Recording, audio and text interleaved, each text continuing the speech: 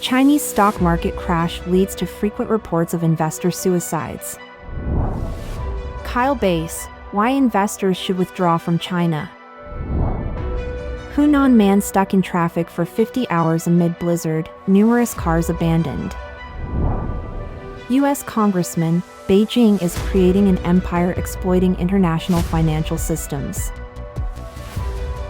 It's all covered in today's China Truths. Chinese stock market crash leads to frequent reports of investor suicides. The decline of China's A-share stock market remains a focal point of global and domestic interest, with recent reports highlighting a distressing trend, a surge in mainland investors taking their own lives due to bankruptcy. The market's downward spiral continued unabated, with 1,000 stocks hitting their limit down on February 5, underscoring the severity of the crisis. On February 1st, an internet user disclosed that a friend, who had quickly found success in the stock market, turning an initial investment of $150,000 into $30 million between 2014 and 2015, took his own life by jumping from a building on January 31st. Despite managing a portfolio worth $500 million, the pressure became too much, leading him to end his life 11 years after graduating.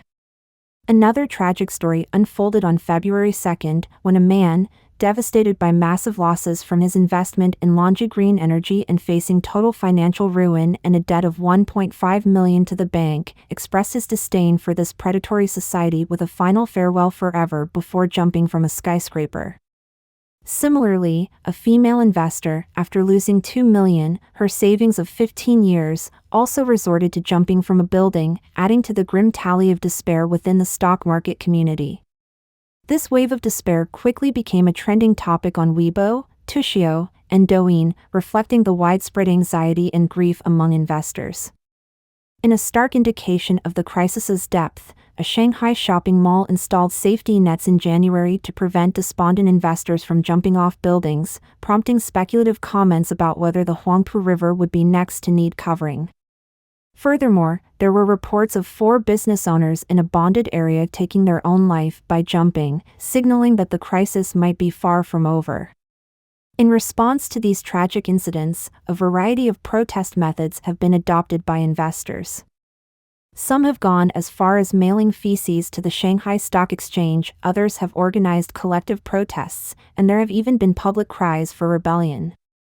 As previously reported, a vast number of netizens have overwhelmed the U.S. Embassy's Weibo, calling for U.S. military action to eradicate the cancer of the earth, which has led to a surge of postings and deletions across major social media platforms. Numerous previously pink investors have posted apologies to the United States, a country they frequently disparaged, acknowledging that the brutal realities of the stock market have opened their eyes to the system's malevolence. We're all deceived. Mr. Dai, a Shanghai stock investor, remarked, "A lot of Chinese have commented on the U.S. Embassy's Weibo post. It's quite a sensation, isn't it? It's a fact that 90% of China's stock investors are in the red. We're talking about 200 million stock investors and 400 million fund investors, 600 million in total, all stuck." He added that the majority of investors now being sliced are retail investors, for whom the stock market was once the sole beacon of hope for earnings. Mr. Dai said, "For us poor folks, with exorbitant housing prices, what can you do if you just work? Your child still needs to get married. The only way to make some money seems to be the stock market because, in theory, it offers equal opportunity to ordinary people. This should be true globally, but here, if there's manipulation behind the scenes, we're simply out of luck, just unfortunate. Now, facing such losses, I realize that the fundamentals, the technical indicators, aren't as they seemed. Ideally, the market should have gone up, but it went down, leaving you helpless, just watching." Many investors feel deceived into entering the stock market after the Economic Daily, a party newspaper, published an article on August 3, 2023, claiming it aimed to enable residents to earn money through stocks and funds. Consequently, netizens joined the market at 3,200 points, and despite a continuous decline, continued to believe Xinhua agency's claims that no amount of slander or suppression could bring down the Chinese market, which could bring not only profits but growth, leading them to increase their investments, now down by 40%. Shanghai investor Zhang Xing, a pseudonym, shared, "The stock market drops daily because the policies are flawed, merely slogans. I've lost hundreds of thousands, maybe 5 or 600,000. It's not the middle class but the poor using their savings, all deceived." A netizen concluded, "This slump in China's stock market has eradicated those who were most patriotic, most optimistic about the future, kindest, and most resilient. They toiled for decades, heeding the nation's call, investing all their savings into the stock market, only to be decimated by successive downturns." Li Yuanhua, an historian based in Australia, observed, "With the economy in decline and the CCP powerless to turn it around, the stock market's failure was inevitable." In this process, netizens, who had once blindly trusted the CCP's propaganda, are now sharply awakened by their massive financial losses, evolving from fervent nationalists into dissenters. Many investors express their frustration, saying, "Ever since I started investing in stocks, I've lost my patriotism, not just lost it, but turned to hatred." Chinese stock investors turn to Indian embassy for help. Despite Weibo administrators' frantic efforts to delete posts and ban accounts, investors persist in posting, overwhelming the administrators with a volume of comments that far outpaces the speed of deletion. Employing a relay strategy for commenting, they've managed to amass 167,000 comments and 726,000 likes on a post by 10 p.m. Beijing time on February 5. Following censorship on the U.S. Embassy's Weibo, investors turned their attention to the Indian Embassy's Weibo in China. Despite ongoing deletions, a post about the Vasant Mela from February 2 has gathered over 3,000 comments, growing by roughly 1,000 comments every hour. As China's stock market faces a downturn, India's market has seen remarkable growth, with its stock index climbing from about 3,000 points 2 decades ago to nearly 72,000 points today. This disparity has led Chinese investors to express envy towards India's booming market, praising the nation and its financial system and questioning the stark contrast despite geographical proximity. Chinese investors have also remarked on their previous disdain for India, admitting their change of heart and asking for forgiveness for their past narrow-mindedness. With 212 million registered and over 100 million active investors, China's stock market was deepened after a significant drop on February 2, followed by a devastating day on February 5 when 1,000 stocks hit their limit down. The aftermath has been severe, with widespread financial ruin, indebtedness, and instances of investors taking their own lives, creating a pervasive sense of despair and anger. The CCP appears overwhelmed, unable to stabilize the market despite intermittent interventions that temporarily lift the market before it falls once again. Kyle Bass, why investors should withdraw from China. Kyle Bass, founder of Hunan Capital Management, highlighted in a recent interview that the Chinese Communist Party has had to acknowledge significant economic troubles within China in 2023. He outlined the factors driving investors away from China and issued a warning about a looming economic crisis. Bass mentioned, every publicly listed real estate company and developer in China is either bankrupt or in default, and many private real estate firms in the local government financing platform market are not relying on real estate sales but rather on bond sales or bank loans. This involves a market worth 13 trillion yuan, approximately $1.8 trillion US. As a founding member of the Committee on the Present Danger, China, Bass, who accurately predicted the 2008 U.S. subprime mortgage crisis, sees China grappling with a multifaceted crisis affecting both the real estate and banking sectors. He explained, youth unemployment stands at a minimum of 25%, with unofficial estimates suggesting that 40% to 50% of young people are unemployed. After graduating from college, Chinese men are unable to afford new homes, leading to a decline in marriages and births. The birth rate has plummeted, and real estate speculation is at its peak.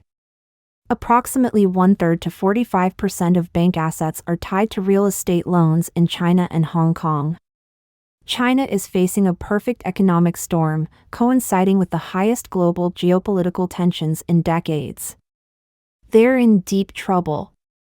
Base elucidated the reasons behind investors withdrawing from China, stating, "If you had invested in China and the CSI 300 index 15 years ago, your stock prices would be down by about 33% today."